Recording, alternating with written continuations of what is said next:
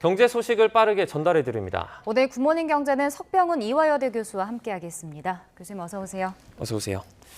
네, 어젯밤에 미국 소비자 물가 지수가 8.3%로 발표가 됐습니다. 네. 2달 연속 하락인데요. 그렇지만 이게 시장 전망치보다는 좀 높게 나온 거죠. 예, 그렇습니다.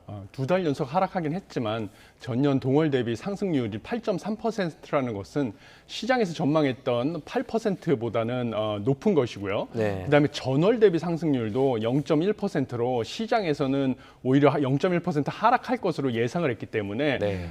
시장에서 예측한 것보다 크게 나와서 그거의 충격으로 이제 뭐 주가도 하락하고 많은 지금 시장에서 미국뿐만 아니라 뭐 유럽에서도 충격으로 받아들이고 있는데요. 네. 가장 또 저희가 이제 중요하게 생각하고 있는 것은 그동안 미 연준이 물가를 잡겠다고 공격적으로 금리를 인상해 왔습니다. 네. 그런데 이제 미국의 그런 통화 정책, 긴축적 통화 정책의 효과를 볼 수 있는 지표가 무엇보다도 근원 소비자 물가지수 상승률이거든요. 네. 왜냐하면 근원 소비자 물가지수 상승률이라는 것은 변동성이 큰 식료품 가격과 에너지 가격을 제외한 것인데요.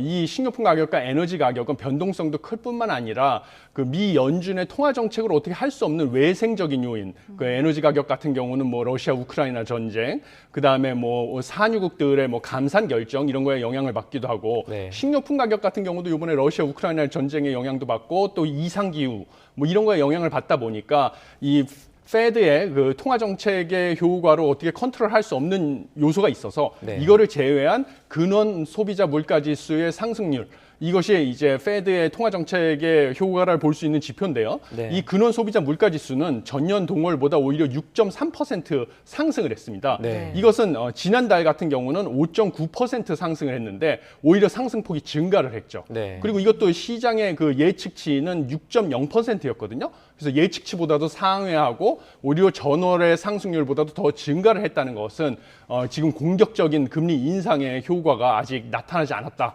그래서 더 큰 충격으로 지금 다가오고 있습니다. 네. 그럼 이번에 나온 물가 지표를 보면 인플레이션 하락까지는 시간이 좀 더 걸릴 것으로 봐야 할까요? 예, 당연히 그렇게 생각을 하고 있습니다. 이번에 더군다나 미국에서는 무엇보다도 국제 유가가 하락을 해서 네. 이번에 에너지 가격이 5%나 하락을 했기 때문에 소비자 물가 지수 상승률의 하락을 예상을 했었는데요. 네. 대통령 같은 경우도 이제 중간 선거도 있고 이래서 그랬는데도 놀랍게도 이제 주거비가 이제 큰 폭으로 상승을 하고 그다음에 식료품 가격, 특히 외식비가 또 상승폭이 컸습니다. 네. 이런 것의 상승이 에너지 가격 하락을 압도를 해서 심지어 근원 소비자 물가지수 상승률, 이 장기 추세를 볼 수 있는 거거든요. 이거는 물가의 그 장기 추세를 볼 수 있는 근원 소비자 물가지수 상승률이 더 상승폭이 커졌다는 것은 네. 이제 긴축적인 통화 정책의 효과가 아직 나타나지 않을 뿐만 아니라 추세적으로도 좀 물가지수 상승폭이 커진다는 것이라서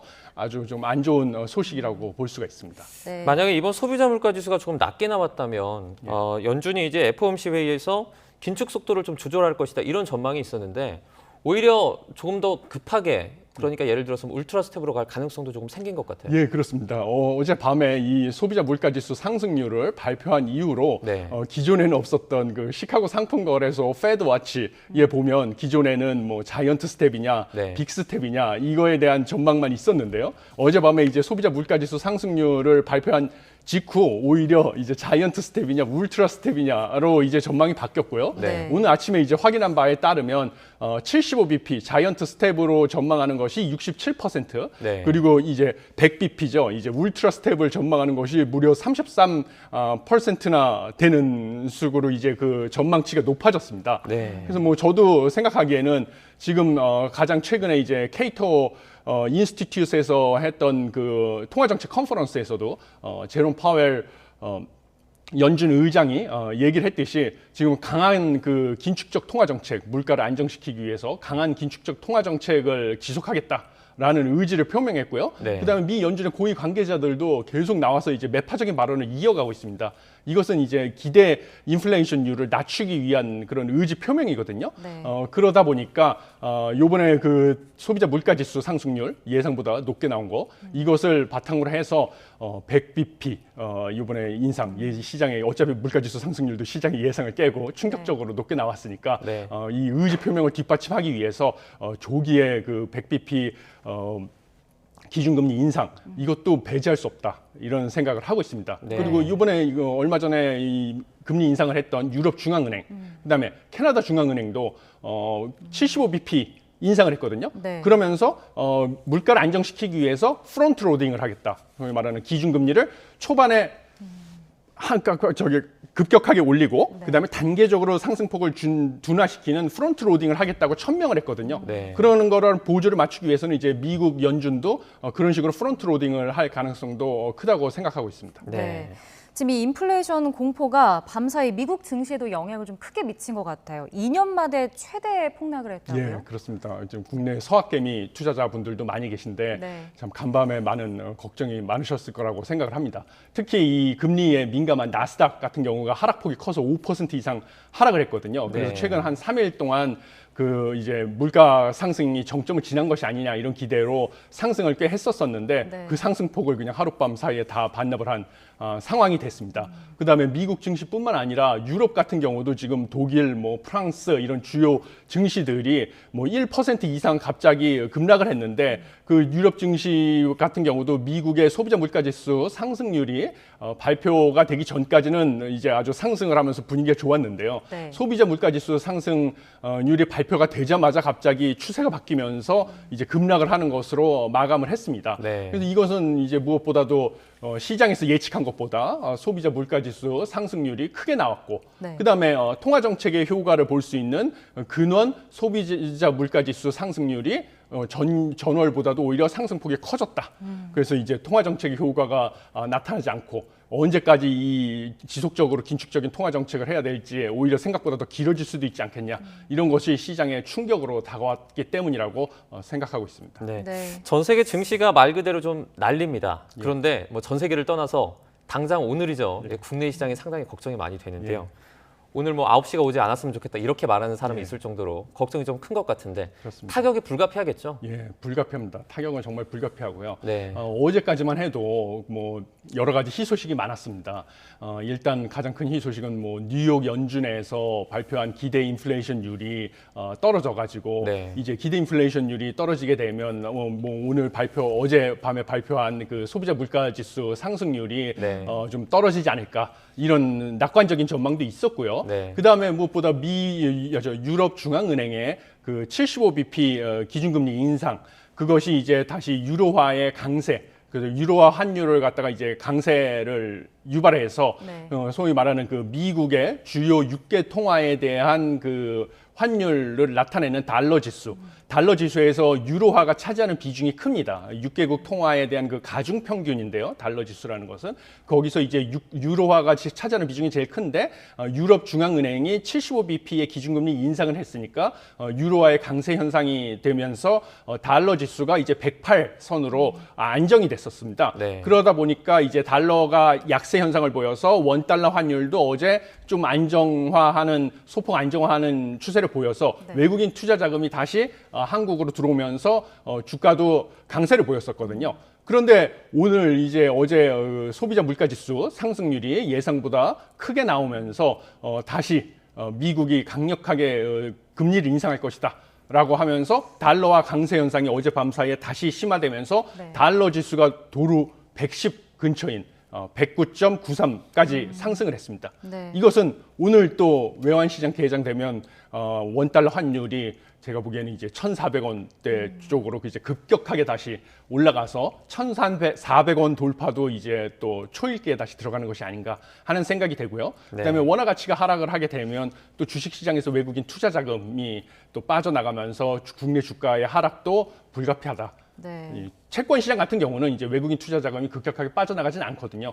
그래서 뭐 외국인 투자 자금이 한국에서 뭐 이탈을 할 거라고 우려하시는 분들이 많은데 그렇지는 않습니다. 왜냐하면 채권 시장에는 외국의 중앙은행이라든지 부 펀드 이런 데서 이제 장기 투자로 포트폴리오를 배분해 놓은 자금들이 있기 때문에 항상 한미 금리 차가 벌어져도 지금까지 그 우리나라에서 채권 시장에서는 외국인 투자 자금 유입이 있었고 주식 시장에서는 빠져나갔지만 채권 시장에서는 유입이 있어가지고 합쳐서는 외국인 투자 자금의 순 유입이 있었습니다. 네. 그래서 순 유출은 걱정하시지 않으셔도 되지만 주식 시장에서는 유출이 돼서 주가가 하락할 가능성이 큽니다. 오늘. 네, 알겠습니다.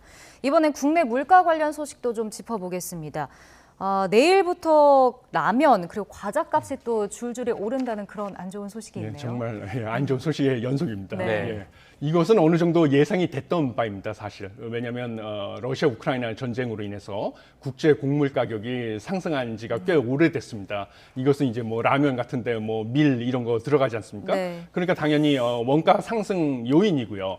그다음에 국제 유가도 상승이 됐고, 그다음에 원 달러 환율도 상승이 됐지 않습니까? 그러다 보니까 국내에서 그 원부자재를 수입을 해서 그걸로 이제 뭐 과자, 라면을 생산하는 업체들의 그 원자재값 부담, 재료비 부담은 상당히 큰 상황이었습니다. 네. 그다음에 유가도 상승이 됐으니까 당연히 물류 비용도 많이 상승이 됐죠. 그리고 그동안 국내 물가 상승을 하니까 당연히 노동자분들, 근로자분들도 임금 상승 요구가 있었습니다. 그래서 최저임금 상승 이후로 이제 본인들의 임금 상승 요구도 있었기 때문에 그 임금 상승 요구를 반영해서 또 인건비 부담도 상승을 했기 때문에 생산자들 입장에서도 더 이상은 이 재료비 부담, 손해를 보고 이제 장사를 할 수는 없는 상황이니까요. 네. 재료비 부담이랑 인건비 부담을 감안해서 이제 가격을 올릴 수밖에 없는 입장이었고요. 그러면 이제 순차적으로 뭐 이제 업계 1위 그룹부터 이제 라면이나 과자 가격을 올리게 되면 이제 2, 3위 그룹도 따라서 이제 가격을 올릴 수밖에 없는 네. 이런 실정입니다. 네. 그래서 이거는 어느 정도 예상이 됐고 이 소비자분들 입장에서는 뭐 월급만 안 오르는데 뭐 이제 식료품 가격도 오르고 그래서 너무 참 힘드시겠지만 실질 소득은 줄어드는 효과가 있어서 힘드시겠지만 이제 어쩔 수 없는 현상이라고 보고 있습니다. 네. 그럼 처음에는 뭐 양파, 배추 이런 식자재 가격이 오르더니 이제는 과자, 라면 값까지 오르고 있습니다. 예. 이렇게 식품업계 전반적으로 가격 인상이 좀 확산하는 것 같아요. 예, 그렇죠. 이제 조만간 외식비까지 오를 가능성이 큽니다. 왜냐하면 네. 이제 재료비, 그다음에 뭐 이런 뭐 라면, 과자도 오르고요. 또 조만간 이제 국내 이제 유가와 원유가 가격이죠. 네. 원유 가격도 오를 거라는 지금 예측이 있습니다. 왜냐하면 뭐 국제 곡물가 이런 것들이 다 이제 사료로 쓰이는데 네. 사료 가격도 인상이 되고 이러다 보면 이제 뭐 돼지고기 가격, 뭐 소고기 가격도 인상이 될 것이고요. 그다음에 이제 우유 가격 또 인상이 되는데 우유 가격 같은 경우는 이 치즈 그다음에 뭐 버터 이런 거에 재료로 사용이 되고요. 네. 그다음에 치즈, 버터, 뭐 우유가 사용이 되는 뭐 빵이라든지 그다음에 뭐 케이크 뭐 이런 것들의 가격도 다 인상이 되면 이제 외식비 부담도 상승할 수밖에 없는 것이고요. 네. 뭐 커피 같은 경우도 외국에서 수입을 해오는데 원달러 환율 상승하니까 당연히 커피 원두 가격 상승해서 커피 가격도 상승하고 외식비 부담도 상승하고 이러면 국내 소비자 물가지수 상승률도 또 기존에 뭐 9월, 10월에서 정점을 예측을 한다 이러면서 네. 정부 고위 관계자들이 얘기를 했는데 제가 이 자리에서 뭐 그거보다는 늦게 정점을 찍을 것 같지 않겠느냐 연말쯤 뭐 이렇게 예측을 했었는데요. 네. 예, 뭐 9월, 10월 정점은 지금 누가 봐도 어렵지 않겠나 하는 생각을 하고 있습니다. 네. 네. 지금 뭐 예정돼 있긴 하지만 공공요금도 다음 달부터 예. 오르잖아요. 뭐 전기, 가스 요금이 인상되는데 올겨울에 또 전 세계적으로 가스 대란이 올 수 있다는 그런 얘기도 있더라고요. 예, 그렇습니다. 지금 뭐 러시아 우크라이나 전쟁으로 그 이제 우크라이나를 지원하고자 하는 그 유럽에 그 러시아가 천연가스 공급을 중단하겠다 이러면서 이제 천연가스 무기화를 선언을 하니까 네. 유럽 입장에서는 이제 뭐 천연가스로 난방에도 사용을 하고 그다음에 천연가스 발전에도 많이 의존을 해서 산업 생산을 위해서는 전기 생산이 필요한데 러시아만 믿고 있다가는 이제 큰일이 나겠구나 이렇게 생각을 하니까 천연가스 수입처를 다변화하려고 뭐 호주라든지 미국이라든지 이런 식으로 이제 유럽에 있는 국가들이 천연가스를 수입하기 시작을 했습니다. 그랬더니 국제적으로 이제 천연가스 가격이 상승할 수밖에 없는 것이었죠.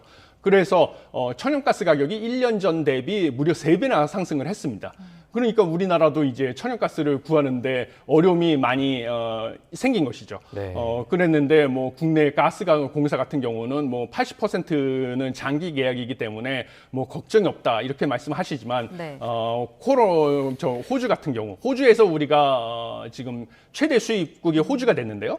호주도 이제 자원의 무결, 이 나라 저 나라 다 자원의 무결하는데 호주도 우리가 많이 수출을 해왔지만 이제 우리가 쓸 천연가스도 부족하다. 네. 우리도 이제 수출 제한 조치도 검토하겠다. 이렇게 되면 뭐 장기 계약을 했어도 수출 제한을 하겠다고 나서면 어쩔 수가 없는 상황이거든요. 네. 그리고 80%만 장기 계약이기 때문에 나머지 20% 분량에 대해서는 또 거기도 이제 변동성이 있는 것이기 때문에 우리나라 같은 경우도 안심할 수 없다고 생각을 하고 있습니다. 네. 그래서 지금 뭐 전기 요금 인상도 예정돼 있고 그다음에 도시가스 요금 인상도 예정이 돼 있는데 네. 그렇다고 이제 정부가 나서서 뭐 물가를 안정시키겠다고 저는 인위적으로 도시가스 요금 인상폭을 제한을 하는 거 이것은 저는 반대하는 입장입니다. 네. 왜냐하면 결국 가스공사의 적자폭이 커지면 이것은 뭐 국민 세금으로 메꿔야 되는 것이죠. 이건 미래 세대의 결국 부담으로 다가오는 것이고요. 그다음에 이것은 IMF의 그 정책 권고와도 어긋나는 입장입니다. 왜냐면 IMF에서도 이제 에너지 가격, 국제 곡물 가격으로 인해서 생활비 부담이 상승을 하겠지만 이게 이제 이 가격을 왜곡시키는 방향으로 정부 정책을 펴지 마라. 이렇게 IMF에서 권고를 했거든요. 왜냐하면 가스 가격이 인상을 해서 도시가스 요금 상승 압력이 있는데 도시가스 요금을 정부가 강제로 억누르게 되면 원래 가격이라는 게 올라가면 우리가 비싸지니까 소비를 억제를 해야 되죠. 그러면 도시가스를 당연히 절약을 하게 되는데 뭐 추운데 난방을 덜 떼고 이제 춥게 지내면 소비자분들은 불편하시겠지만 그래도 도시가스를 절약을 하는 효과가 있는 것입니다. 네. 그렇지만 정부가 억지로 국민 세금을 투입을 해서 가스공사의 적자를 감수하고 도시가스 요금을 억누르면 도시가스 또 낭비하는 요인이 되는 것이거든요. 그러면 이제 에너지 수입국인 한국의 입장에서는 도시가스 수입액이 늘어나니까 무역수지, 경상수지 적자폭은 커질 수밖에 없는 것입니다.